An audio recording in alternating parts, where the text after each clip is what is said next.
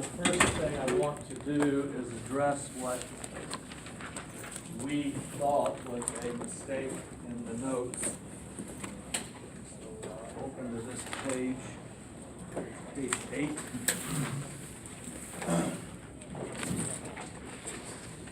Here, and it's not a mistake. You just don't like, and I don't like the way it's written either. But if you think about it, these are not mathematical equations. Look at the arrow. So this says to convert from moles to grams, you multiply by the molecular weight. That's what you do. To convert from grams to moles, you divide by the molecular weight. You probably don't like that. I don't like it either. I'm going to change it for future classes. But just make sure you've got written down here, if you're going from moles to grams, the number of grams equals the number of moles times the molecular weight. And then likewise for this one, if you're going from grams to moles, the number of moles is equal to the number of grams divided by the molecular weight.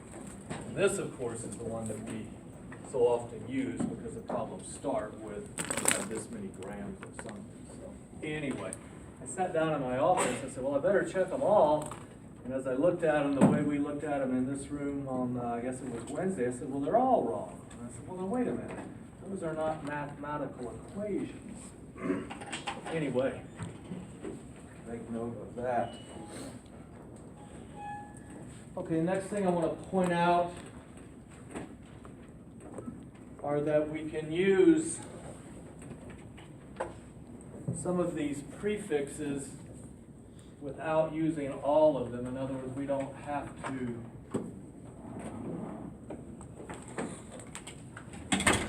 to always have milliosmolarity.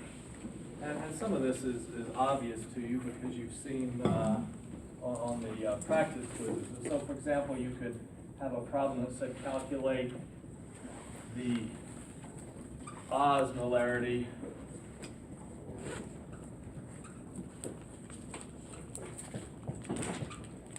of a 0.32 molar sodium chloride solution. So what do you do there? You multiply by the number of ions. In other words, you've already got molarity. So all you need is to figure the Oz factor. So what's the answer here?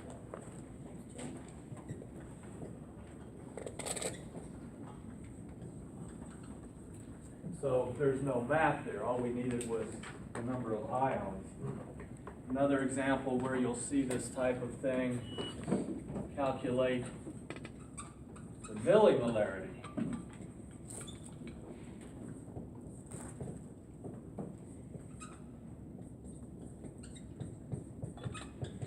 So now what we're doing is what? We've got molarity already. Multiply it by 1,000. So we go 1, 2, 3, 410 millimolarity. We could combine these two still without bringing grams in. It's when you bring the grams in that you reach for the calculator and you go for the molecular weight. Calculate the milli-osmolarity of a 0.23 potassium chloride solution. So we've got molarity, 0.23 molar potassium chloride solution. So we've got the molarity. We need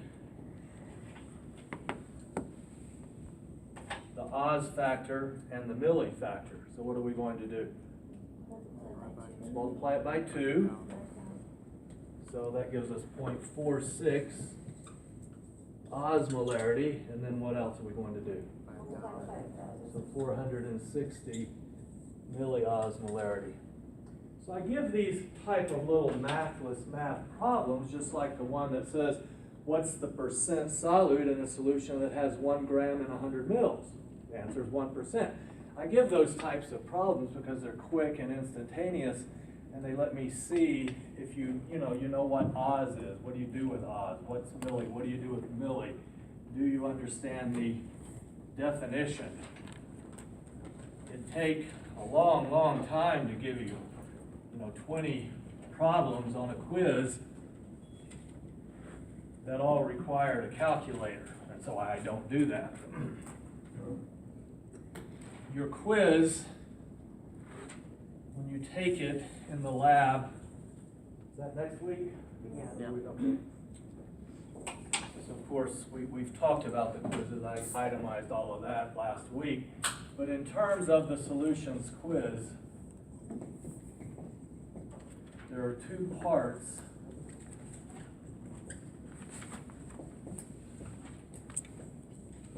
So you'll have a page that I'll give you, and you'll answer the questions. It's mathless math. You'll turn that in, and then the second part you'll use a calculator on. Yeah, well, I would. You don't have to, but you will want to. All right, next thing I want to do is just another problem. So we sort of left with showing that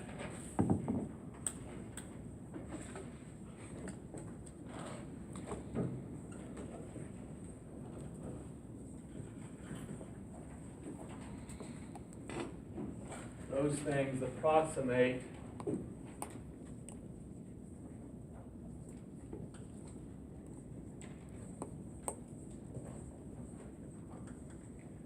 $290, and so on your little index card by now, I'm sure, for isotonic, you have not just the 5% glucose, 0.85% salt, but the 290, and you've no doubt noted the clinical range of 270. How far does it go? 310. So we converted these two to 290. Let's just do another problem where we need molecular weight, we need calculator, all of that.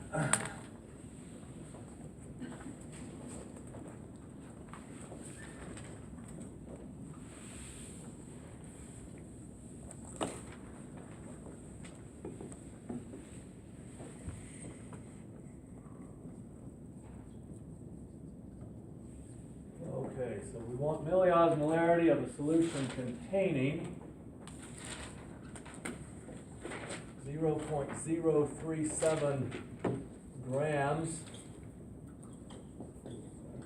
magnesium bromide, and we'll say in 200 mils. So as always, what do I want? I want milliosmolarity. Do molarity first. That's the math. Then I bring in the Oz factor. The Oz factor here is going to be what? 3, magnesium bromide. And then I bring in the milli factor. What am I given? 0.037 grams of magnesium bromide in 200 mils. As always, I give you a denominator that you can work with mentally. In other words, we want moles per liter. That's what molarity is. What do I mean, a denominator that you can work with mentally? We've got 200 mils. What are we going to do with this? Multiply it by 5, which converts it to liters. So I'm going to go ahead and do that first. And since I multiplied the denominator by 5, I'm required under federal law to multiply the numerator by 5. So I have 0.185 grams. And there may be some other decimal places out there. I just see 3 because I've told my calculator, show me 3. I don't really care what's out there. I don't have to know. I'm not going to clear my calculator and re-enter the number. If I were to, those of you using other calculators might see, in fact, well, it is exactly 0.185. Imagine that. Check it again, 0.0375 times.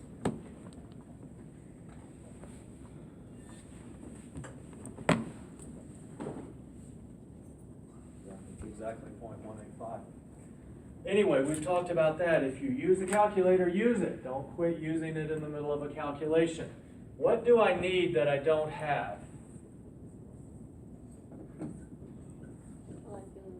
Molecular weight. Magnesium bromide, 79.904 twice. Magnesium, 24.305. So I've got 184.113. So 0.185 divided by that.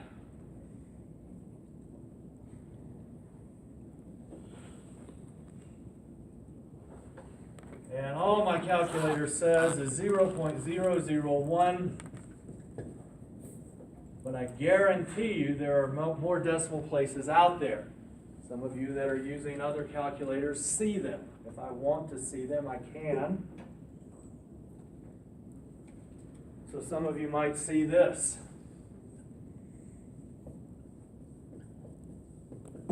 So you can imagine if you cleared your calculator and re-entered the 0.001, your number's way off. Just don't clear your calculator. It's no big deal. Just don't clear it. Why would you want to clear it? Well, because it's a habit people habitually do. When they work chain arithmetic, they tend to do one step at a time. You need to break that habit. What do I have down there? What are my units down there? And so, therefore, I have molarity. Exactly. So let's write it that way.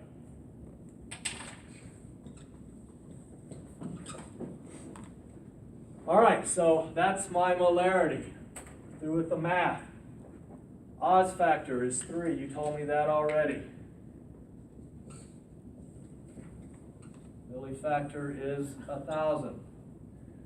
So use the calculator, okay? Don't just triple that number. Don't move the decimal place over. We come up with 3.01 milliosmolarity.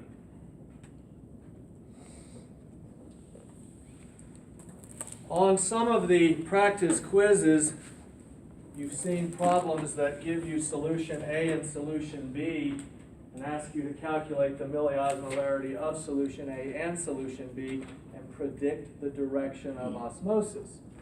Well, the direction of osmosis goes back to those little pictures we looked at where, I don't know what numbers I used, but 5% in a cell and 2% out here, and so the water moves in and the cell blows up.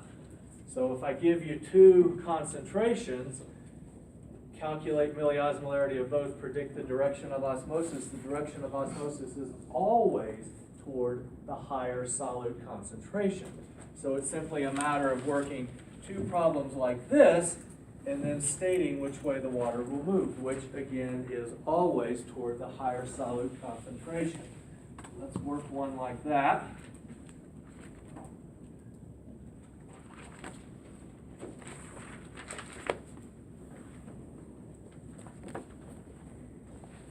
So on my little index card of the meat, the stuff I can't forget,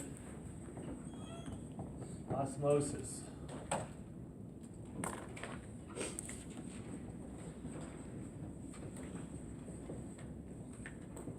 Toward the higher solute concentration.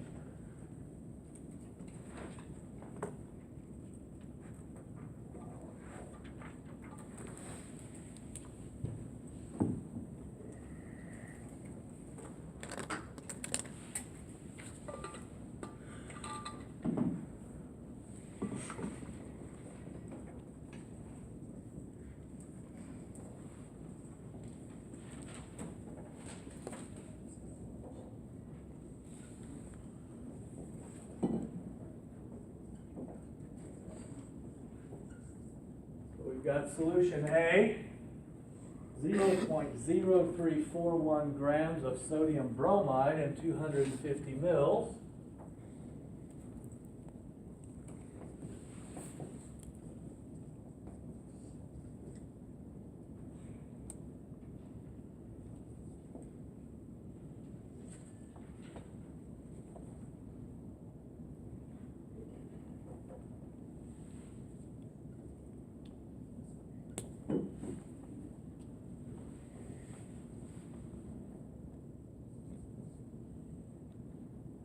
Solution B, 0.0289%. Before we go any further, with solution A, the bottom of the fraction, we've got 250 mils. Solution B, what do we have on the bottom of the fraction? I gave you percent. 100. So we do that thing we did last week called expand the units. We're going to change this to 0.0289 grams over 100 mils. I did that on purpose because it brings in one more element. So solution A, blah, blah, solution B, blah, blah.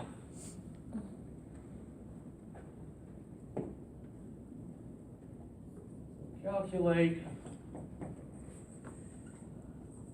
milliosmolarity of both solutions. Predict direction. So it's literally two problems, just like the ones we've been working. Work them one at a time. And then the direction of osmosis will be toward the bigger number. That's as simple as you can put it. So I'd give myself a little place on the left and the right of my paper.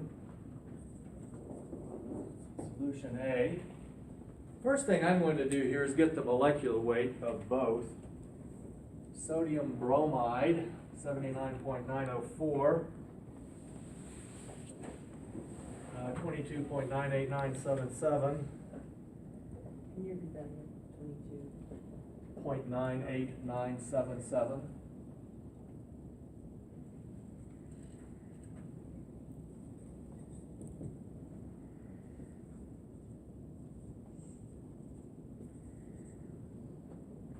Okay, now I'm going to get my molecular weight for solution B.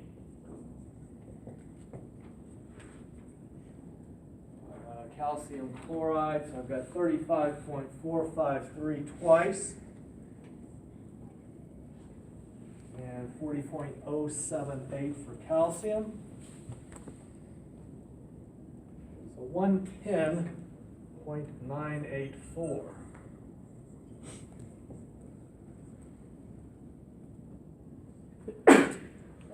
All right, so solution A, 0.0341 grams over 250. To change it to a liter, what do I do? What did I do? Multiplied it by 4. Therefore, I have to multiply this by 4. Put a little times 4 there, you can. 0.0341. 4 of those. 0.1364 grams. Next step, go from grams to moles. What do I do? How do I do that? By molecular weight. 1364 divided by 102.89377. All of that is over a liter.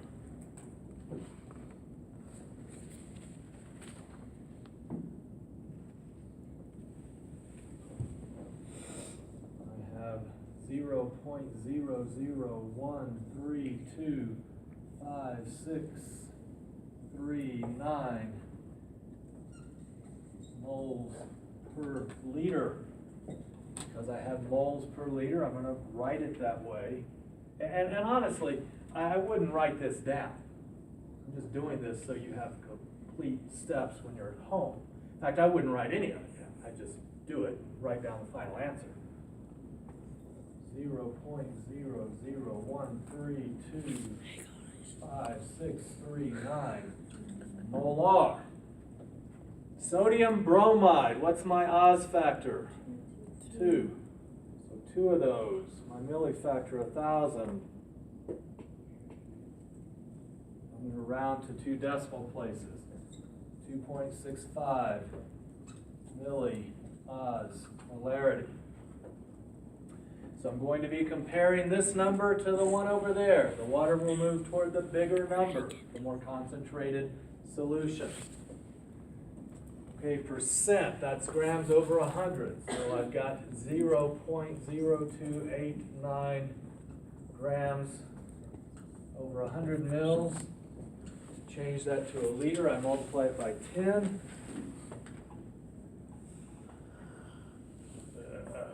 0.289 grams now over a liter. Grams to moles, I need to divide that by the molecular weight of 110.984 over my liter.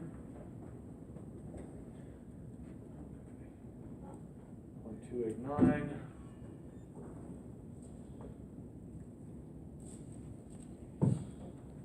Got 0.002603979 moles over 1 liter.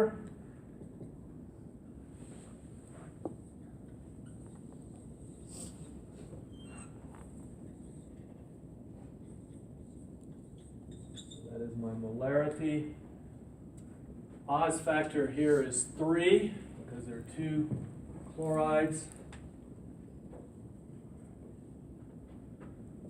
7.8, 2 decimal places, 0.81 milli Oz molarity. So water will move toward the solution B, I could say. I was looking for what it was. So I could say water will move toward solution B, or water will move toward calcium chloride. I might draw a little arrow there if I actually wrote all this out. And I would say I wouldn't have written any of it out. I would have just written the final answer in the interest of time. But all right, so you certainly have one like that. Questions on this before I clear the board? Second one, what would you multiply by, like, the top solution? So 0.0289 grams, what did you, 10? Yes, because percent is grams over 100. Okay. And I did not use my calculator for that. I didn't use my calculator until I started this. And as far as the quiz goes, how many decimal places do you want us to lower? For the final answer, if the instructions don't say, then 2. Okay. If the instructions say round to the 1,000th place or round to the 10th place, well, then you do that. If it's multiple choice, then you're going to have to look at A, B, C, D, E. That won't be multiple choice in the lab, but on exam 1.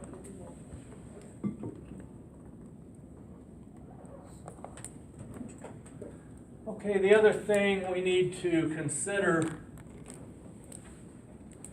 before we leave solutions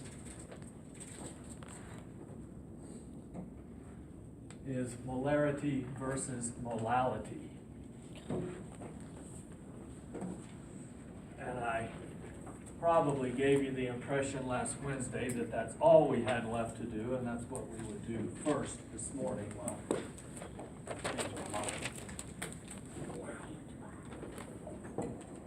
so we've been working molarity problems, big M.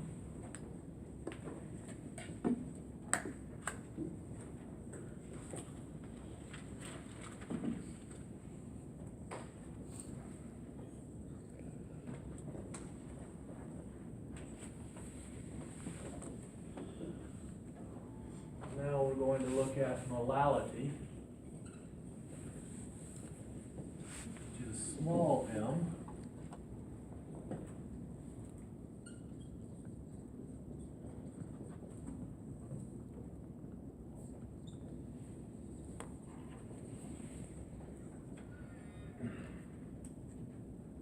And this brings up something from a couple of lectures back.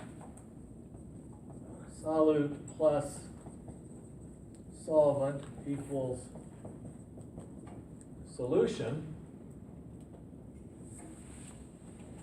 So up at the top, things look the same, things are the same, moles of solute. Down at the bottom, I notice that with molarity, I'm working with volume. With molality, I'm working with mass. So those, put a check mark, maybe let's put an X there. Those that are not the same. And the other thing I notice on the bottom is that on molarity, I'm using solution versus molality, I'm using solvent. So again, those are not the same. So they seem to be very, very different. And if the solvent wasn't water, they might be very, very different. Once again, we're saved by the fact that it's just physiology. We're not in a laboratory environment working with plastics and organic solvents, where things would be very, very different. In your chemistry classes, you may have to deal with this.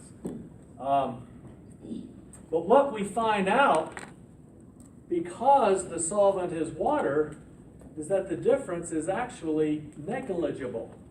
Let's read the quote, bottom of page 8. Look at your notes.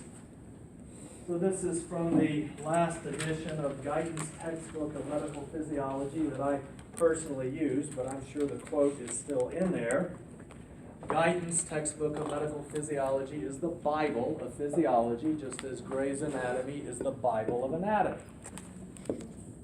Because of the difficulty of measuring kilograms of water in a solution, which is required to determine molality, one usually uses another term, molarity, which is the molar concentration expressed as moles per liter of solution rather than moles per kilogram of water. Although strictly speaking, it is moles per kilogram, molality, that determines osmotic pressure. As you know, that's what this is all about, osmotic pressure. Nevertheless, for dilute solutions, such as those in the body, the quantitative differences between molarity and molality are less than 1%. Since it is far more practical to measure molarity than molality, this is the usual practice in almost all, insert the word all, physiological studies.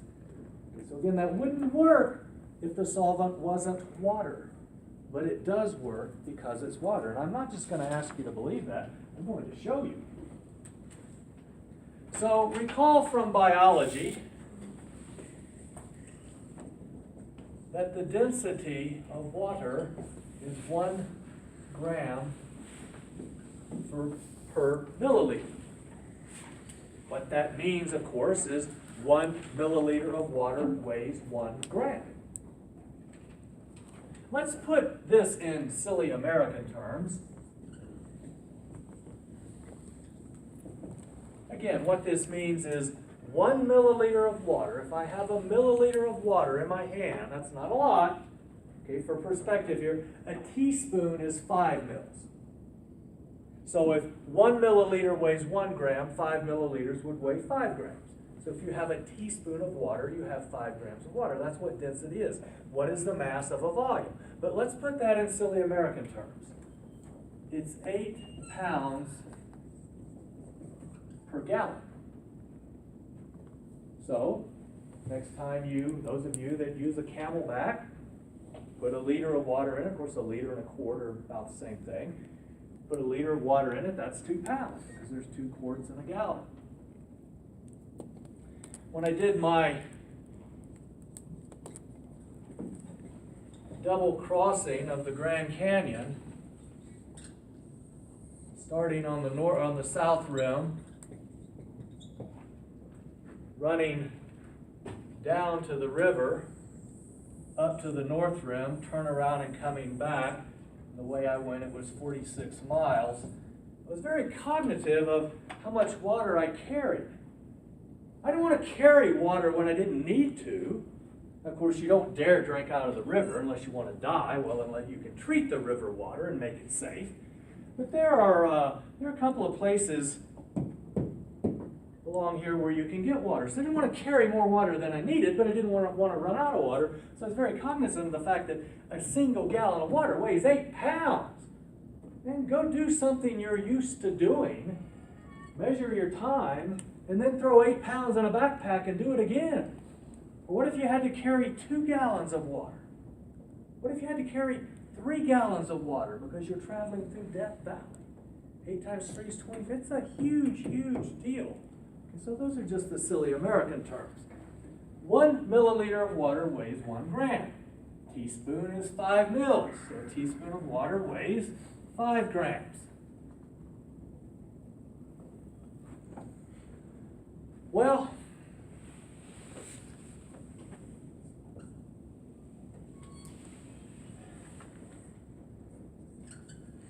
if 1 milliliter weighs 1 gram, what if I multiply the mils times 5 and the grams times 5?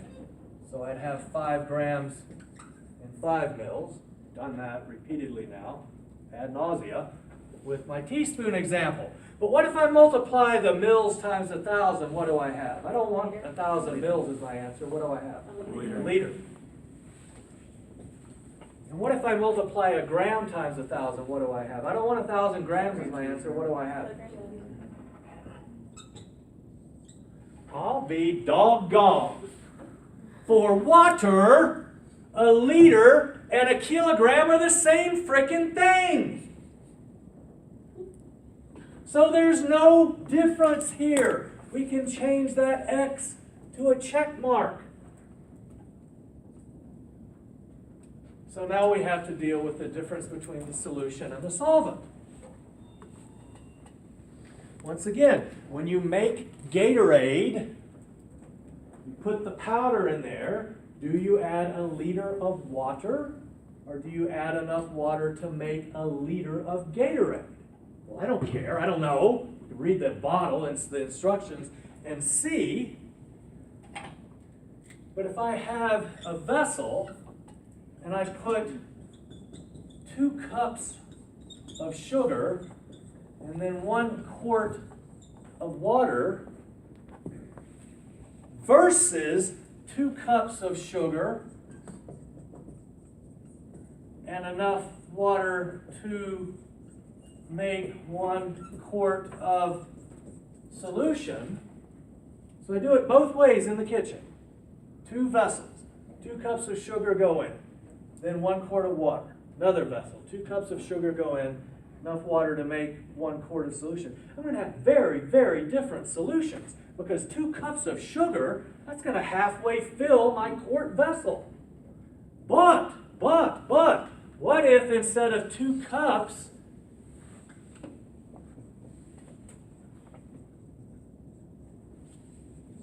I've got 1/16 of a teaspoon of sugar.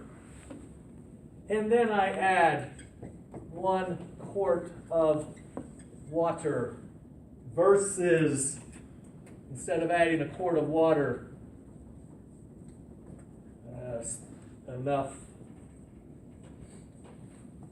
water to make 1 quart of solution. Is there going to be any difference? No. Well, yeah, there is, but it's insignificant. That's what the quote that we just read tells us. It's insignificant. So because the solvent is water, and because the solutions are so dilute, the difference in physiology, not in organic chemistry, no way. The difference between molarity and molality is insignificant. Because this is difficult to calculate, people calculate this, but they call it that. They'll publish papers in the New England Journal of Medicine the Journal of Histological Biochemistry, the Journal of Teratology. There's thousands of medical journals out there. And they will calculate molarity, but they will call it molality. And even the editors know what they did. Nobody cares. Because they're not significantly different.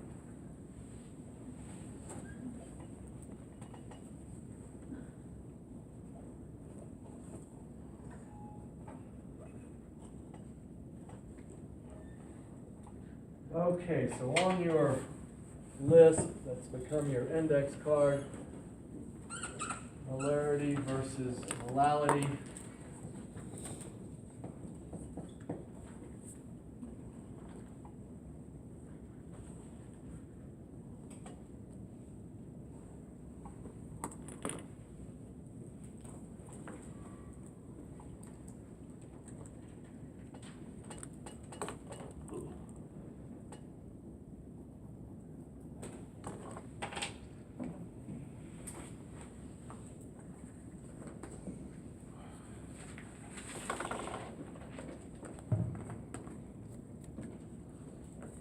And let's have a look and see where that takes us.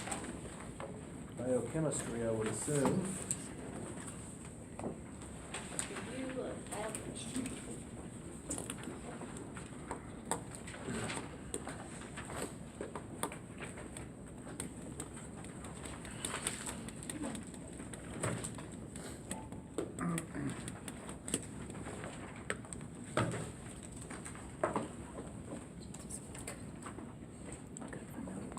So we're on page 9 of the notes. And there are some common denominators in biochemistry. And that's what I'm discussing in Roman numerals 1, 2, and 3. In biochemistry, we want to talk about carbs, lipids,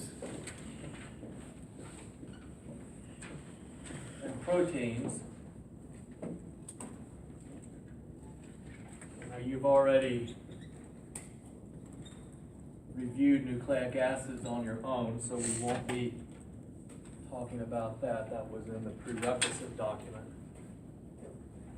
But the problem we run into here, if we just talked about lipids, there's some extremely important biological molecules that we would skip, we would omit. So if you'll have a look at the lecture notes, and this is just a superficial look. So you've got carbs on page 10. Look at page 11. Instead of lipids, I talk about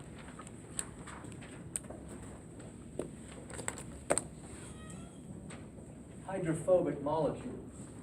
Lipids are hydrophobic, so we talk about lipids, yes. But there are a lot of other extremely important hydrophobic molecules that would be skipped if we just talked about lipids. And so you can see that when we get to page 11, I've divided the hydrophobic molecules into letter A, ordinary lipids. Letter B, phospholipids. Letter C. Thank you, Bill Gates. How do we go from A, B to 3, 4, 5? God, I hate that auto formatting crap. Anyway, cholesterol, steroids, prostaglandins. So there are a number of extremely important hydrophobic molecules other than lipids. So I don't even call these lipids, I call them hydrophobic molecules. Yeah, we'll talk about lipids. We'll talk about fats versus oils, animal versus plant, the flavor in French fries, the health consequences of fat versus oil. We'll talk about all of that. All right, back to... Gonna talk about how French fries are terrible for us? Are they terrible for us? Depends. You know, the way we used to make them. Who remembers? Some of you are so young, you don't even know what I'm talking about. But so when I say grandmother, you might have to think of great-grandmother.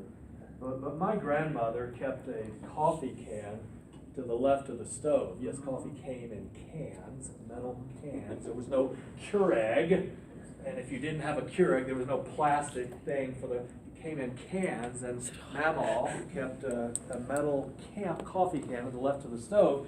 Anytime she fried something, she poured the grease in the metal can. Anyone seen this? Yeah. And so then when you needed oily material, that was it. You didn't go to the store and buy vegetable oil or canola oil. You could buy Crisco, but it was animal fat anyway. But yeah, when you needed oil, whether you're making biscuits, cake, whatever, but you just took a scoop and threw it in the iron skillet, and were French fries bad for you? Oh, deadly!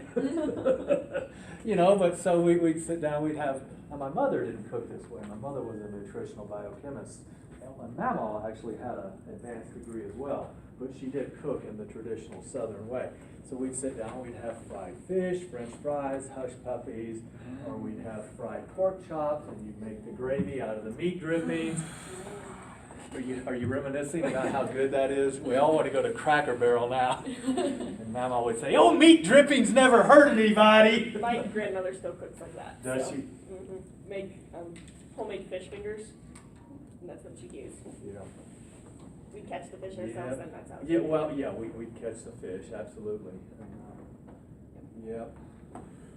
All right, so back to reality, but maybe we should have a Cracker Barrel field trip. That What's sounds that like a other really good place? idea. I always try to call it an Olive Garden, but that's not it. There's not one on this end of town. It's at like I-25 and Academy. Garden of the Gods. Academy. There's a Cracker Barrel. No, the other restaurant that serves this kind of food. Oh, Black Eyed Peas. Yes! Yes! Yes! Really excited. God, that stuff is to die for. It was hella exciting. I mean, you could just see the fat glistening on top of the green beans, you know? Green beans, throw a raw pork chop in there. Or Five Guys. We can talk about the French fries from Five Guys. Are they, I've only been there once, I don't have any. It's like it's like, you know how like a McDonald's or Burger King, they give you like a specific size. Five Guys, they stick a cup in there and they fill up the bag on top of the burger. It's so good. See the grease dripping No, on we the can top stop of the talking bag. about food anytime. We're I'm just approaching the saying. time for my next I feed, forgot to eat so. breakfast on my way out. All right, so let's I'm do this. So, common denominators. In biochemistry, we combine subunits to form larger molecules.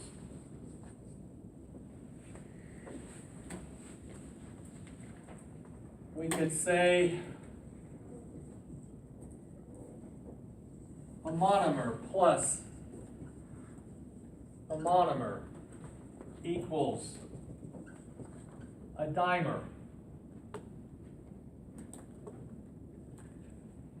We don't have to call these monomers, we could call them subunits.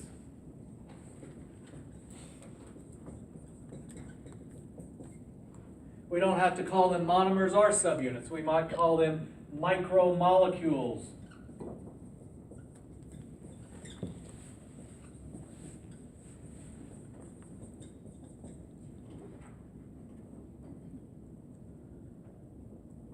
We could take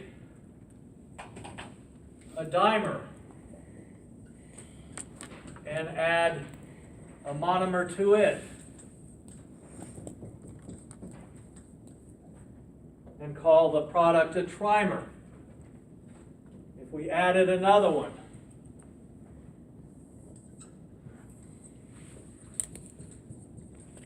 we might call it a tetramer. At some point, we're probably going to start calling it a polymer. For the most part, these words are not even unique to chemistry or physiology. The ceiling is a polymer of ceiling tiles. If we have a brick wall,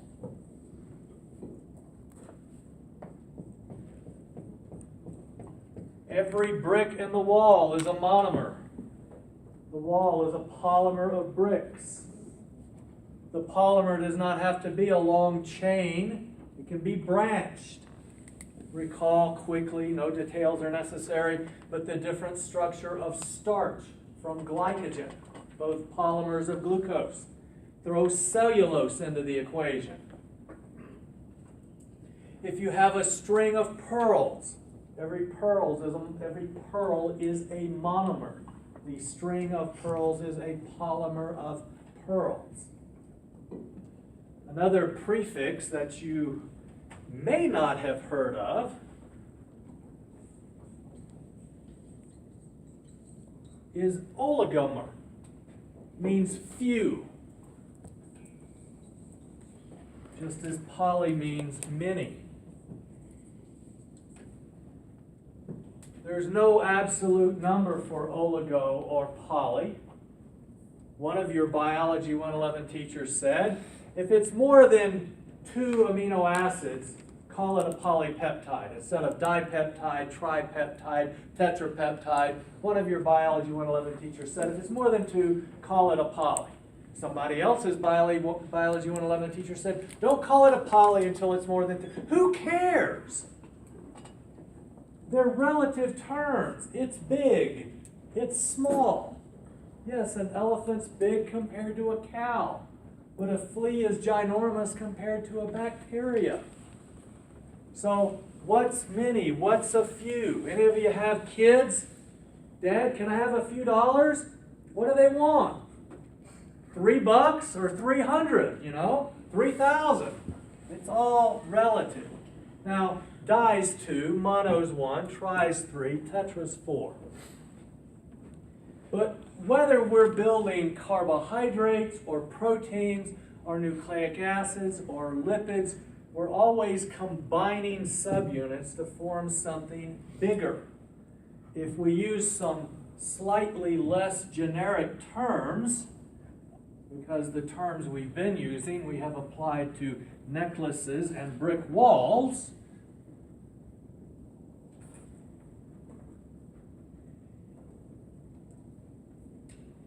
we would simply say, and actually I wrote this, I just want it written by itself, micromolecules times N form macromolecules. So extremely generic. These could be carbs, proteins, whatever. I don't know what N equals. Might equal 2, it might equal 100. Point is, if we combine a bunch of subunits, we form something bigger.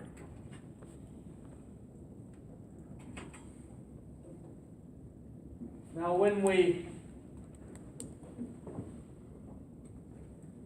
combine these things,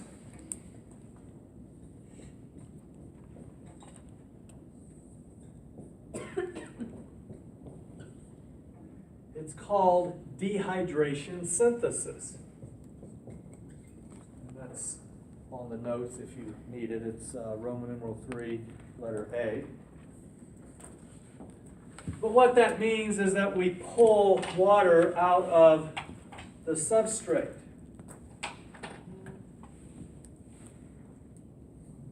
Now exactly where we pull the water out depends on exactly what A and B are.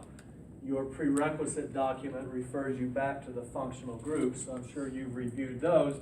But for example, if we considered A and B as carbohydrates, which would both have hydroxyl groups, we take our water right there. And so our product would be A connected through oxygen to B plus the molecule of water. If, on the other hand, if A and B were amino acids, then we'd be looking at an amine group on one amino acid reacting with a carboxyl group on the other amino acid. And we take the hydroxyl portion of the carboxyl group and either of the protons on the amine group, and our product, again, would reflect the water that we removed. we'll put together a chart that shows us which functional groups participate in each of the reactions. But regardless of what the functional groups are, it is dehydration synthesis. We are removing water. What's it called when you reverse dehydration synthesis? So if we take two things that are connected, we add water to the equation and we break that bond, what's that called? Hydrolysis. Hydrolysis. Split with water, but nobody called it hydrolysis. It just makes it descriptive. Common denominators in biochemistry. All right, this is called the chart.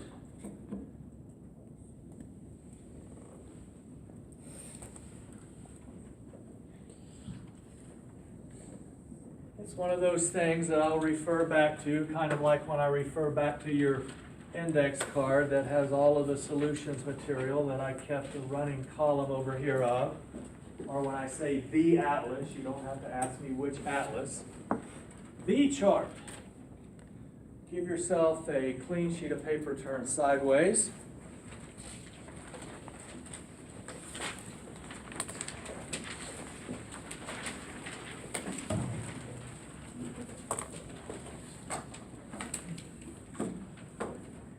So our first column will simply list the biological molecule.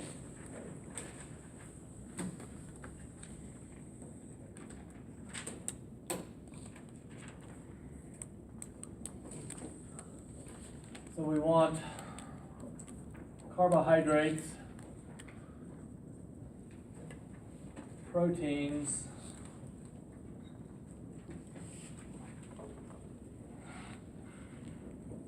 and lipids. Remember, we don't talk only about lipids, we talk about hydrophobic molecules, but the monomer polymer business works great with lipids. It doesn't work so well with prostaglandins and some of the other hydrophobic molecules. Okay, the next column will show the macro form.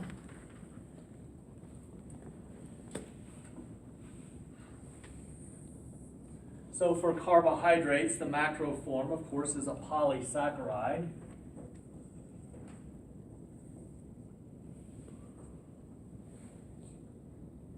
While for proteins, the macro form is a protein or a polypeptide.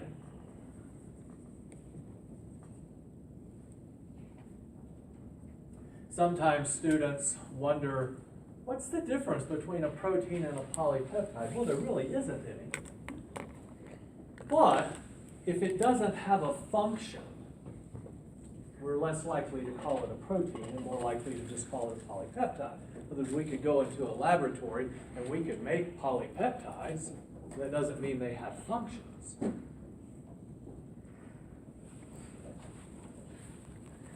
And in lipids, the macro form is a triglyceride.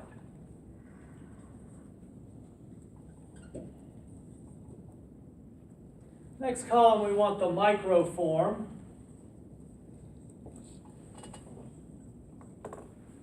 And we could call these subunits, as well as calling them the micro form.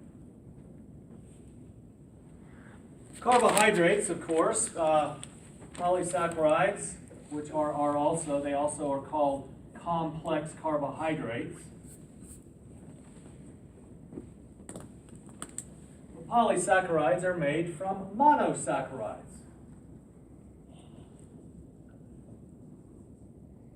Which are also known as simple sugars.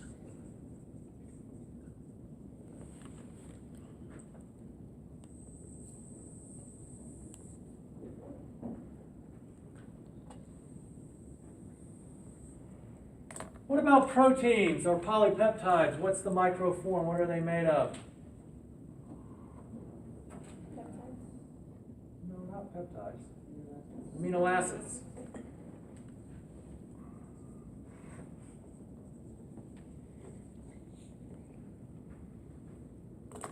And triglycerides are made of glycerol and 1, 2, or 3 fatty acids.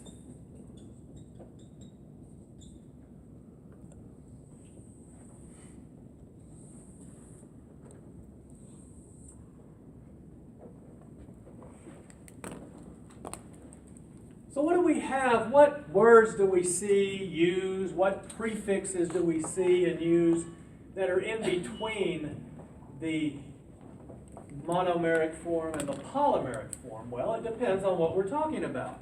With carbs, really the only thing you use in between is di.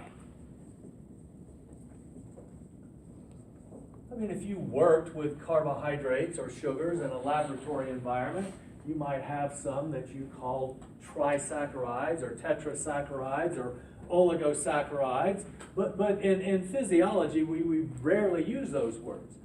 You know, think about it. We have monosaccharides like ribose, deoxyribose, glucose, galactose, fructose. We have disaccharides like lactose, maltose, sucrose. And then we have polysaccharides, starch, glycogen, cellulose. That's really all we have. So nobody uses trisaccharide. It would be a thing. It'd be 3 monosaccharides connected, but nobody uses that word. Now with proteins, on the other hand, you could talk about a dipeptide, a tripeptide, a tetrapeptide, oligopeptide, a polypeptide. But again, there's no hard and fast rule for what's a few versus what's many, like big and small.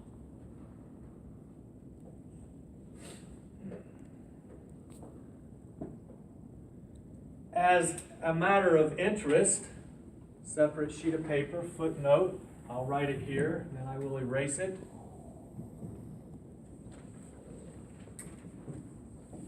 I've already talked about, if you need the extra 2 credits some semester, take medical terminology, because you learn all of the prefixes, suffixes, and roots.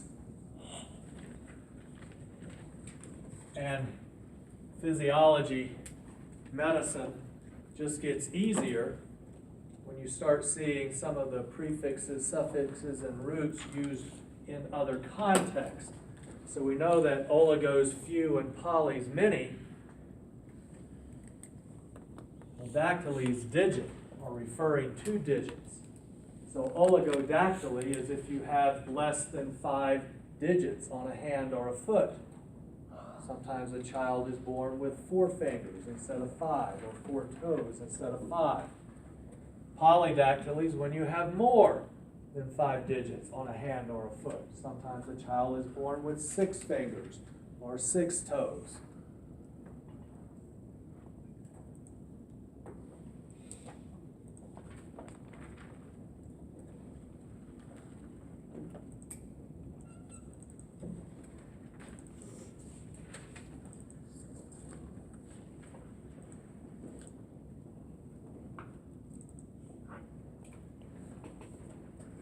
We'll look at a lot of these pictures when we get to the skeletal system, but there's a child with 4 toes instead of 5, so that's oligodactyly. Some of these I don't want you to see because they're horrifying.